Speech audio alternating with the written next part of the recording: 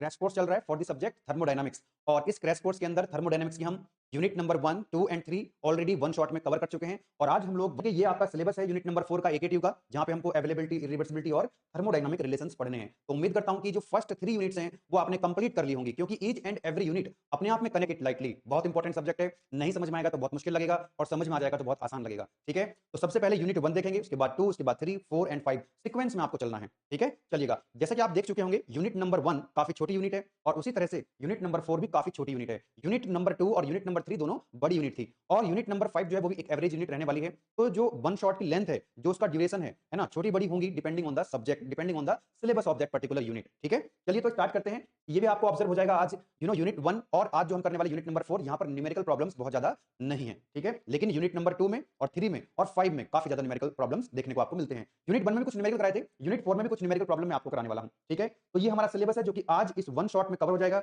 और इस सिलेबस से जो इंपॉर्टेंट यूनिट नंबर 4 के जो क्वेश्चंस ऑलरेडी आ चुके हैं या फिर आ सकते हैं, मतलब जो मोस्ट रिपीटेड क्वेश्चंस हैं वो लगभग 5-6 क्वेश्चन बनते हैं और ये सारे क्वेश्चंस जो है आपको आज के इस वन शॉट में कवर हो जाएंगे। तो ये जो आप देख रहे हैं क्वेश्चंस लिखे हुए, ये ऑलरेडी क्वेश्चंस मल्टीपल टाइम्स अलग-अलग ईयर्स में एकेटीयू एग्जाम में आए हुए हैं। ठीक है, तो एक बार देख लेते हैं कि क्या है questions. Right a short notes on available energy, unavailable energy, second law of efficiency, है ना, ये डेफिनेशन भी पूछता है और यहां से न्यूमेरिकल भी हम लोग करेंगे, न्यूमेरिकल भी आया हुआ है। Coefficient of volume expansion, adiabatic and isothermal compressibility, ये डेफिनेशंस पहले कई बार आ चुकी हैं, इंपॉर्टेंट है। क्वेश्चन नंबर 2 है what is availability and irreversibility, obtain an expression for availability of closed and open system.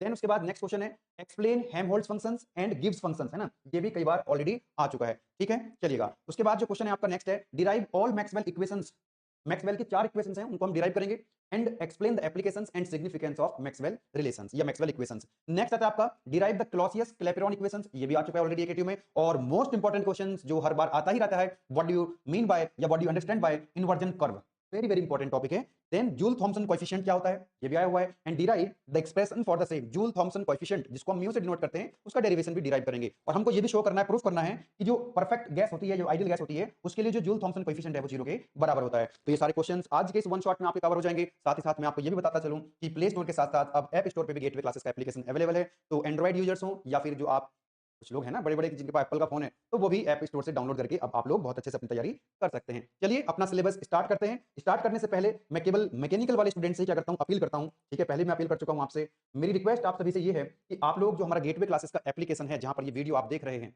है ना, आप लोग थोड़ा सा जो उसकी रेटिंग है उसको थोड़ा इंप्रूव करने में मदद कीजिएगा क्योंकि मैंने आपको जैसे पहले बताया था कुछ लोगों ने जानबूझ करके उस रेटिंग को गिराने का काम किया था। ठीक है, तो आप लोग बेटा एक बार उसको ठीक करने का जो रेटिंग है, जो आपके जो भी आपका फीडबैक है उसमें आप लिख दीजिएगा और बाकी कंटेंट अगर आपको अच्छा लगता है तो एप्लीकेशन के बारे में अपने जो फ्रेंड्स हैं, संख्या कम है लेकिन फिर भी उन सब तक ये कंटेंट पहुंचे, है ना, आपके जो क्लासमेट हैं, बैचमेट हैं या जो कॉलेज मेट है, किसी भी कॉलेज में अगर पढ़ रहा है कोई बच्चा, मैकेनिकल थर्ड सेम का बच्चा है, तो वहां तक ये कंटेंट पहुंचना चाहिए। ठीक है, चलिए, ताकि और थोड़ा सा मोटिवेशन मिले। और मैंने आप लोगों के लिए एक व्हाट्सएप ग्रुप बना रखा है, व्हाट्सएप ग्रुप में आप ज्वाइन हो जाएंगे, है ना, ऐड करवा दिया, उसमें किसी भी तरह की कोई क्वेरी अगर आएगी तो आप मेरे से डायरेक्ट कनेक्ट रहेंगे। ठीक है, आप मेरे से डायरेक्ट कनेक्ट रहेंगे व्हाट्सएप के माध्यम से। ठीक है, चलिएगा, कॉल भी कर सकते हैं आप, किस तरह की कोई परेशानी आपको नहीं लेनी है। आओ बेटा, तो स्टार्ट कर रहे हैं क्या, स्टार्ट करने अपना सब्जेक्ट यूनिट नंबर 4 का वन शॉट रिवीजन। तो देखेंगे कि अवेलेबल एनर्जी क्या होती है, अनअवेलेबल एनर्जी क्या होती है, और ये क्वेश्चन अभी 2023-24 में जो एग्जाम हुआ है उसमें पूछा गया, उसके पहले 21-22 में भी पूछा गया है। आइए जरा देखते हैं, क्या ये डायग्राम आप ऑलरेडी पढ़ चुके हैं क्या यूनिट नंबर 2 में।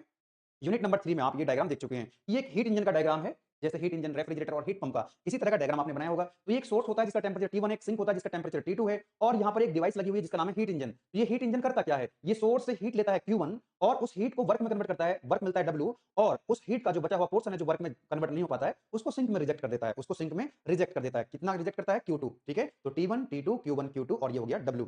ओके, आइएगा। तो जरा एक बात मुझे बताओ, what is available energy, available energy क्या है। देखो कीवर्ड्स होते हैं कुछ थर्मोडायनामिक्स में, उन कीवर्ड्स को आपने पकड़ना होगा। देखो लिखा हुआ है मैक्सिमम, तो हम पहली बात कर चुके हैं मैक्सिमम वर्क की। जो मैक्सिमम वर्क होता है वो रिवर्सिबल इंजन वर्क देता है हमको, लेकिन मैक्सिमम वर्क को क्या हम और मैक्सिमाइज कर सकते हैं, क्या हम उसको और मैक्सिमाइज कर सकते हैं, that is maximum possible work. और क्या कुछ पॉसिबिलिटी है भाई, यहां पे ये जो हीट इंजन है ये हीट को वर्क में कन्वर्ट करता है। अगर ये रिवर्सिबल इंजन होगा तो ये मैक्सिमम वर्क प्रोड्यूस करेगा, लेकिन मैक्सिमम के आगे भी कोई चीज है क्या, maximum possible work, maximum possible work.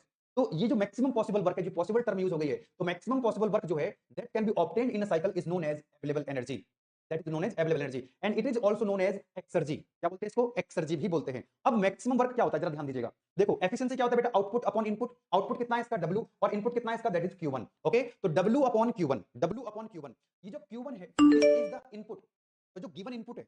अब इस गिवन इनपुट से मतलब जो Q1 हीट इंजन के अंदर गई है, यहां से मैक्सिमम वर्क कितना मिल सकता है। अगर मैं इस वर्क को मैक्सिमम कर दूं तो क्या ये एफिशिएंसी मैक्सिमम हो जाएगी? अरे इसको कर दो मैक्सिमम तो ये भी क्या हो जाएगी? मैक्सिमम। तो maximum efficiency is equal to W maximum upon Q1। कोई दिक्कत नहीं है। ओके नाउ अगर ये रिवर्सिबल इंजन है तो बताओ मैक्सिमम एफिशिएंसी कितनी होती है? 1 minus T2 upon T1। T1 क्या है? सोर्स का टेंपरेचर। T2 क्या है? सिंक का टेंपरेचर। तो 1 minus T2 upon T1 this is the maximum efficiency. ये हम यूनिट नंबर 3 में ऑलरेडी पढ़ चुके हैं। ओके अब ये भी मैक्सिमम एफिशिएंसी है और ये भी मैक्सिमम एफिशिएंसी है, तो क्या हम इन दोनों को इक्वेट कर सकते हैं? यस। तो देखो जरा ध्यान से, तो ये हो जाएगा, हमने इसको और इसको इक्वेट कर दिया है ना। तो देखो W maximum upon Q1 is equal to 1 minus T2 upon T1। तो यहां से मेरे को मिल जाएगा W मैक्सिमम। तो W मैक्सिमम कितना हो गया? W मैक्सिमम कितना हो जाएगा? Q1 इधर ले जाओ, है ना। तो ये हो जाएगा W मैक्सिमम Q1 और T1 minus T2 upon T1। अब लिसन टू मी केयरफुली, ये तो मैक्सिमम वर्क है। अरे ये तो मैक्सिमम वर्क है, ये है मैक्सिमम वर्क। ये तो पहले भी हम बात कर चुके हैं इसके यूनिट नंबर 3 में। यूनिट नंबर 3 में हम मैक्सिमम वर्क की बात कर चुके हैं, लेकिन अभी हम बात कर रहे हैं इस मैक्सिमम वर्क को और मैक्सिमाइज करना है, और मैक्सिमाइज करना है। अरे यस और नो, यस और नो, इसको और मैक्सिमाइज करना है, इसको और इंक्रीज करने की कोशिश करनी है। कितना इंक्रीज कर सकते हैं, लिमिट कहां तक जा सकती है वो है। ठीक है अब जरा ध्यान से देखो, क्या हम इसको चेंज करें T1 को? अरे T1 तो इनपुट है, T1 क्या है? गिवन टेंपरेचर है, और जो Q1 है ये भी गिवन टेंपरेचर है। अरे यस और नो, T1 सोर्स का टेंपरेचर गिवन है, Q1 क्या है? गिवन है। अब आपको एक बात बताओ, ये फिक्स हो गया, ये फिक्स हो गया, इसको और इंक्रीज करना है तो क्या करना पड़ेगा? भाई एक बात बताओ, ये जो वर्क है मैक्सिमम किस बात पर डिपेंड करेगा? Q1 बढ़ा दोगे तो W मैक्सिमम बढ़ जाएगा, वो तो इनपुट है। आप T1 बढ़ा दोगे तो भी बढ़ जाएगा। अरे यस और नो, T1 को बढ़ा दोगे तब भी बढ़ जाएगा, लेकिन इनको कर दो फिक्स, T1 और Q1 को नहीं छेड़ना है।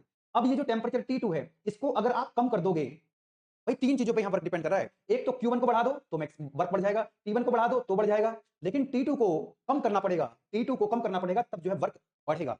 अब T2 को कितना मिनिमम कर सकते हो? तो ये जो T2 है इसको आप कम से कम सराउंडिंग टेंपरेचर तक ले जा सकते हो। सराउंडिंग टेंपरेचर तक ले जा सकते हो। कहां तक ले जा सकते हो? सराउंडिंग टेंपरेचर तक ले जा सकते हो। तो यहां पे आप T2 को क्या कर दोगे? T0 से रिप्लेस कर दोगे। T2 को T0 मतलब सराउंडिंग। तो आपने देखो यहां पे जो T0 है, इस T0 को आपने T2 से रिप्लेस कर दिया, मतलब T2 को T0 से आपने क्या कर दिया? रिप्लेस कर दिया। अब ये जो वर्क है ये और मैक्सिमाइज हो गया। तो मैक्सिमम पॉसिबल वर्क कितना हो गया? Q1 1 minus T0 upon T1। यहां पे T0 जो है वो सराउंडिंग का टेंपरेचर है। किसका टेंपरेचर है? सराउंडिंग का। तो वही लिखा है यहां पे फॉर गिवन Q1, गिवन है Q1, गिवन है T1, तो W मैक्सिमम जो है, ये जो W मैक्सिमम है इज फर्दर मैक्सिमाइज। इसको हम फर्दर मैक्सिमाइज कर सकते हैं अगर हम T2 को मिनिमम कर दें। अगर इसको हम मिनिमम कर दें तो ये वर्क जो है और मैक्सिमाइज हो जाएगा। अभी जो T2 है वो कितना मिनिमम हो सकता है? The lowest possible temperature of heat rejection, कि यहां पे जो T2 टेंपरेचर था जहां पर ये हीट रिजेक्ट हो रही थी, इसको कितना मिनिमम कर सकते हो? सराउंडिंग टेंपरेचर के बराबर तक ले जा सकते हो। तो जब इसको आप सराउंडिंग टेंपरेचर से रिप्लेस करोगे तो इससे ज्यादा वर्क और नहीं हो सकता। This is maximum possible. अब ये जो मैक्सिमम पॉसिबल वर्क है, मैक्सिमम पॉसिबल वर्क जो है, इसी को हम बोलते हैं अवेलेबल एनर्जी। इसी को क्या बोलते हो? Available energy. क्या बात समझ में आ गई कि maximum possible work that can B obtain in a cycle. Cycle की बात हो रही है, बाद में हम प्रोसेस की बात करेंगे।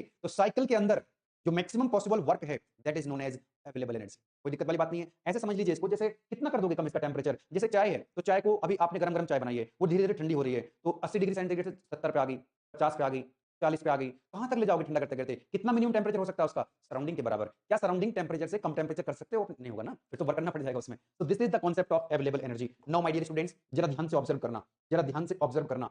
देखो ये टेंपरेचर वर्सेस एंट्रोपी डायग्राम है। आप सभी जानते हैं कि प्रेशर वॉल्यूम वाला जो डायग्राम होता है वो हमको वर्क देता है, रिवर्सिबल वर्क देता है, और जो टीएस डायग्राम है उसका एरिया हमको क्या देता है? हीट ट्रांसफर देता है। आओ जरा, तो ये जो टीएस डायग्राम है, यहां पर ये रेक्टेंगल बना हुआ है, क्या ये कार्नोट साइकिल है? Yes, this is the Carnot cycle. और कार्नोट जो है वो रिवर्सिबल साइकिल होती है, वहां से हमको मैक्सिमम वर्क मिलता है। क्या मिलता है? मैक्सिमम वर्क मिलता है। थोड़ा सा एनालिसिस करने की कोशिश कर रहे हैं। तो यहां पर जो है हीट सप्लाई होती है। अरे देखो ये टेंपरेचर हो गया T1 और ये टेंपरेचर हो गया कितना? This temperature is T0। क्योंकि ध्यान से देखना, तो ये जो हीट ट्रांसफर होती है Q1, तो ये टोटल एरिया, इस वाली लाइन का एरिया टोटल नीचे से निकालो तो कितना मिल जाए? Q1। और यहां पर होती है हीट रिजेक्शन। कितने टेंपरेचर पे हीट रिजेक्शन हो रही है? T0 पे हीट रिजेक्शन हो रही है, क्योंकि हमने क्या कर दिया है? T2 को मिनिमम कर दिया है, T0 कर दिया है। तो यानी कि यहाँ पे जो T0 सराउंडिंग टेंपरेचर है, ये जो हीट रिजेक्शन हो रही है ना, QR मतलब Q2 जो हीट रिजेक्शन हो रही है। ओके, अब ये जो साइकिल का एरिया है, दिस एरिया, ये क्या दे रहा है आपको? This is the work transfer. और ये वर्क ट्रांसफर कौन सा है? Maximum possible work transfer. Maximum possible work transfer. अच्छा मैंने क्या करा है कि हीट ट्रांसफर देखा मैंने कि यहां पर जब मैं हीट को ट्रांसफर कर रहा हूं Q1 टेंपरेचर T1 पे, तो इस लाइन को मैंने अलग बना लिया, तो ये हो गया Q1। ये कितना ट्रांसफर हो रहा है? Heat Q1। अच्छा इसका एरिया अगर आप निकाल लो